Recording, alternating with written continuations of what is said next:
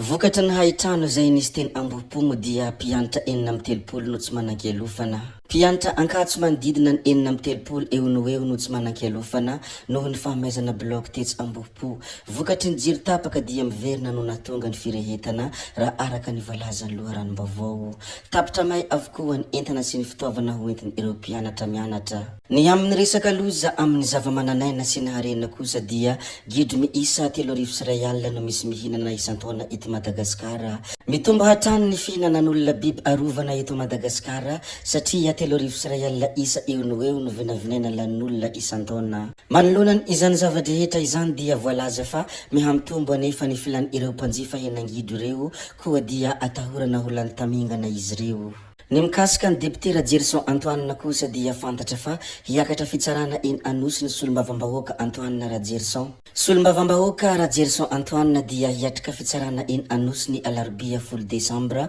mikasika ny raha rafaka na sary antery niaraka tamin'ny basy sy ny fiampangana tsy ara-dalàna izay natao taminy. Tafiditra ao ihany koa ny raha fandratrana ny nina natao taminy. Nanao fanamarihana sy nilaza izy fa tsy fankahalana na fikasana hamalifaty no manosika azy fa tolona hiadina amin'ny famoronana antotantaratasa hamelezana ireo samy tenin'ny marina. Ady ataony ihany koa izany ho fisorohana ny fomba fanao ratsy miverimberina sy ho an'ny fahafinaretan'ny taranaka ho avy. Nilaza ihany koa izy fa mbola tsy sitrana ny ratra sy fery vokatry ny herisetra sy ny tsirariny izay natao taminy. Tsy ahivona moa fa solombavambahoaka Rajerson Antoine dia ilay solombavambahoaka voafery rehefa nosamborina teny tsy adana nandritra ny iny hetsy bahoaka iny. Tato ato moa dia hita maharahara fa manomboka masitsika fanoherana ireo pomba ny fitondrana teo aloha, ireo pomba ny filoha Andrinirina Rajoelina. Haja Rasampa moa dia nilaza mazava ny hoe tokony hatsahatra ny fanenjehana sy ny fampirorohona ara-tsaina izay atao amin'ny mpiaradia amin'ny filoha Andry Rajoelina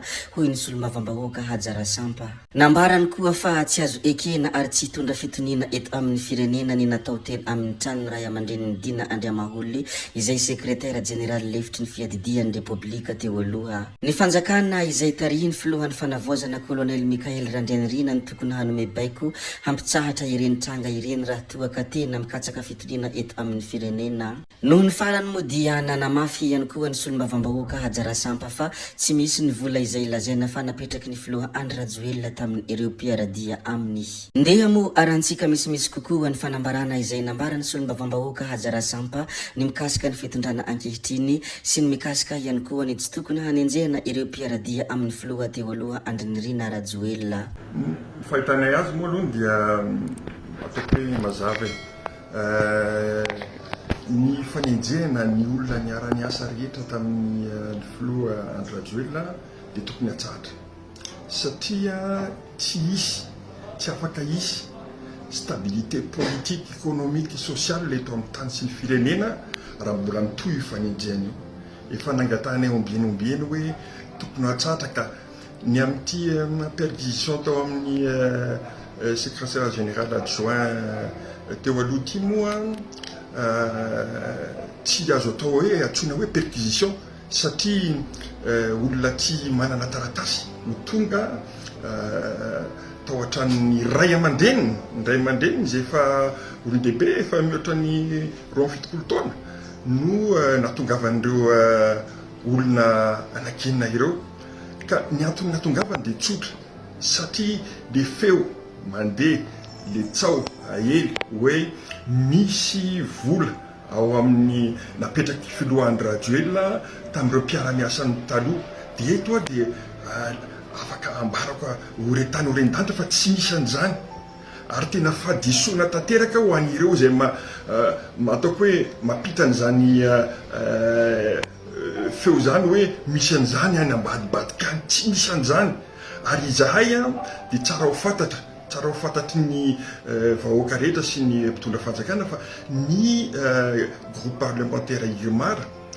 dia mijoro mampanohitra azy eto anivon'ny antenimieram-pirenena fa mijoro ihany koa amin'izay hoe mampanohitra azy zay fa izay ilay antsoina hoe opposition intelligente, éclairée, constructive izahay tompoko a rehefa misy zavatra mety de hiaraka iasa izay satria ataoko fa totoimbonana ny ho an'ny firenena ny fampandrosoana ny Madagasikara fa nefa kosa rehefa misy zavatra tsy maintsy olazaina de hiteny zay de ty ataoko hoe perquisition déguisée tia de tsy maintsy miteny zay satria tsy mety kosa le izy tokony atsara am'izay io a ary ny fitondram-panjakana ny tokony hiaro an'izany satria ny olona rehefa misy miteny betsaka ange no miteniteny an'izay tiano olazainy eny amin'ny tambazotra serasera sy amin'ny anao manjely fanjara fitondram-panjakana tsy manaky an'izany satria tsy mety zany tsy zany ny demokrasia. Ino moa ny fanambarana izay nambarany iny solombavam-bahoaka iny fa ny zavatra izay mahatsikaiky kosa dia tamin'izy ireo mbola teo amin'ny fitondrana dia tsy mba nangataka ny hanatsarana ny fanenjehana ireo olona izay no anjena toy ny Ferdinand Selo sy ny Donia ary Roly Mercia sy ny sisa izay tsara voatanisa fanangina izy ireo toy ny solombavam-bahoaka. Ankehitriny kosa rehefa ampaharina amin'izy ireo ny lalàna dia mahatsapa ho voahenjika izy ireo ka mangataka ny fanatsarana izany taiza ianareo tamin'ireny fotoana ireny hoy ny fanontaniany sasany. Ny sasany raha teo moa dia mametra-panontaniana ny hoe ianareo milaza fa tsy nanao ratsy ny filoha Andry Rajoelina, firy moa ny karaman'ny filoha Andry Rajoelina dia firy ny vola laniny tamin'ny fampielezan-kevitra izay dia ampandinihana fa oka kosa izay ny fanadalana ny saimbaoka hoy ireo sasany izay mametra-panontaniana. Tatoato ihany koa moa dia manomboka tsapa ny fanakianana sy ny fanaratsiana izay ataon'olona sasany amin'ny ministry ny fitsarana ankehitriny tsy iza moa izany faramatoa fanirisoa Erinaivo. Aratsiana moa izy koa satria miezaka mampihatra ny lalàna, miezaka ihany koa manenjika ireo olona lazaina fa fanendry-be ny firenena tsy mety amin'ny sasany nefa izany ka tsy maintsy miezaka manaratsy an'ity ministry ny fitsarana Ramatoa Fanirisoa Erinaivo ity. Tsy azo adinoina ihany koa fa anisan'ny fitakiana izay nataon'ny vahoaka teny Andalambe dia ny fialan'ny filoha Andry Rajoelina sy ny firongony, ny fialan'ny General Bomba ary ny fitsaranan'ny Ravatomanga sy ny firongony. Zay ihany koa no namarana ny videontsika ry tompoko vavy sy tompoko lahy koa dia mankasitraka anareo na vitanay hanao hatramin'ny farany ary mbola manentana anareo foana ny mbola hanaraka ny video manaraka izay alatsaka hiato misesisesy zay fa tsy halavanay ny resaka hametra beloma izahay veloma vetivety amin'ny manaraka indray no manao ny misimisy veloma ary tompoko lahy veloma tompoko vavy.